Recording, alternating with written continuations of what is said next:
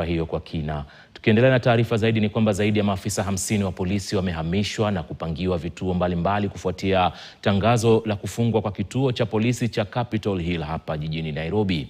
Sababu ya kufutwa kwa hadhi ya kituo hicho haijabainika kufikia sasa. Hatua hiyo ilisababisha uhamisho wa haraka wa maafisa pamoja na kusitishwa kwa shughuli zote katika kituo hicho. Afisa mkuu wa kituo cha polisi cha Tusker Opondo aliwaagiza maafisa wote ambao walikuwa katika kituo hicho kuondoka mara moja baada ya kupangwa vituo vingine. Pia aliagiza uchunguzi wote wa mashirika mbalimbali wenye kesi zinazoendelea na vielelezo vilivyokuwa vimehifadhiwa katika kituo hicho kuvichukua bila kuchelewa.